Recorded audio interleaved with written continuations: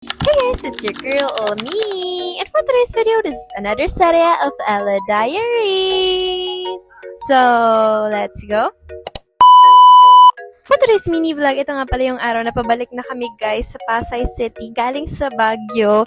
And pasensya na kung makikita nyong mekos-mekos ang mga clips na to, merong landscape at portrait kasi nga nag-record din tayo sa ating Osmo Nano.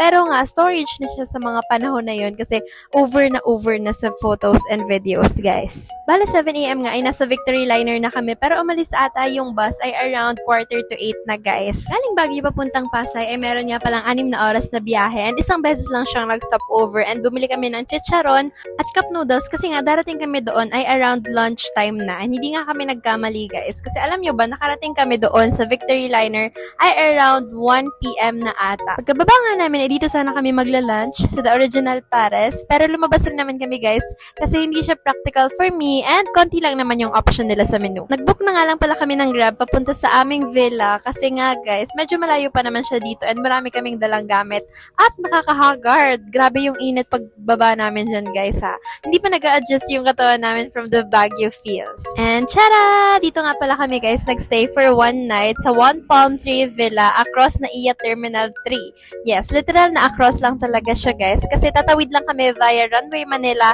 and nandun na agad kami sa airport. Ganun ka-practical, di ba? Nakatipid na kami sa Grab papuntang airport. Sakto nga lang pala yung dating namin dyan, magto 2 PM na or siguro 5 minutes na lang before 2 PM and yun rin yung oras ng aming check-in. Maya-maya pa nga, ay dumating na rin naman yung caretaker ng Unit 5F under Miss Tintin and nag-book nga lang pala kami guys sa Airbnb app at laking tipid na rin siya for me kasi nga meron na siyang discount. Kung i-check niyo yung app na yon Airbnb, makaka-discount talaga kayo guys. So, you better try kung meron kayong mga next travel. Sa totoo lang guys, ang daming nangyari sa trip na to ha. Nawalan nga pala ako ng wallet pagkarating pa lang namin sa May Pasay papuntang Baguio and nakakaloka sobra kasi andun yung mga cards natin and other stuffs na dapat nandun at buti na lang talaga nakabalik siya sa akin. Pero syempre may mga bagay na hindi na makakabalik sa'yo. Anyway, pagkatapos nga pala ng room tour na yan ay kumain lang kami ni Baba sa may McDo kasi meron naman na malapit dyan. Tapos bumalik kami and tara! Gabi na nga pala sa mga oras na to.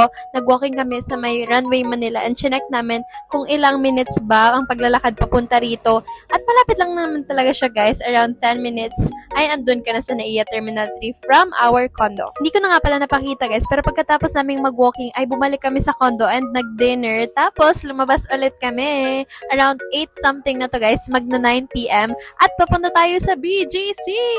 Yes, napaka-random and very spontaneous. May makikipag-meet kasi sa aming mga artista doon. Kaya naman pumunta na kami kasi bihira lang naman tayo makakapunta dyan at hindi natin alam kung kailan pa ito masusundan ulit. Bale, nag-book nga lang pala kami ng joyride dyan ni Baba. Tig-isa kami. So, ako yung nauna dyan guys kasi yung ginamit kong pambook ay yung phone niya kasi hindi ako nakakapag-book sa aking phone at hindi na rin naman kami nag-grab guys or taxi kasi walang malapit nung mga time na yun. First time ko nga lang pala dito sa BGC guys and talaga naman nakaka-amaze siya kasi napakaraming naglalakihan at nagtataas ang buildings tapos meron pa ito yung nakikita mo lang sa social media ay andyan ka na rin. Iba yung feeling pero syempre kung isipin mo ang taas naman ng cost of living kung dito ka titira. Ito nga pala yung live portal sa ibang bansa. Ewan ko guys, medyo may trust issue ako dito kung totoo ba to pero parang oo naman. So anong thoughts nyo? I-comment nyo na lang. While waiting sa mga artista ay tumawid muna kami papunta sa Gentle Monster guys and nag-try on kami dyan ng mga shades na mamahalin.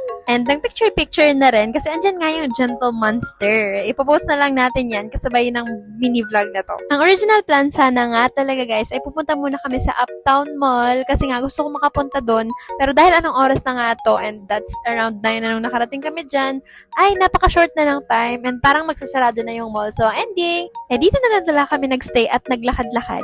Maya-maya pa nga ay dumating na rin naman dyan si Tash at si Josh kasi kasama natin sila for today's mini vlog. Malapit nga lang pala dyan yung kanilang pinagsistayhan. Si Tash, nag-OJT siya dito and si Josh, dito na talaga sila nakabase. At sa mga hindi nakakakilala, mga pinsan siya ni Dodong Gem Z. Yes, mga balyata ang kasama natin. Nagkwentuhan and nag-Starbucks nga lang pala sila. Yes, sila lang kasi hindi naman tayo masyadong mahilig sa drinks. Anyway, yun lang naman ganap sa mini vlog na to guys. Inabot na nga pala kami ng 11 PM and umuwi na rin naman kami sa aming condo. So, that ends my mini vlog. Bye!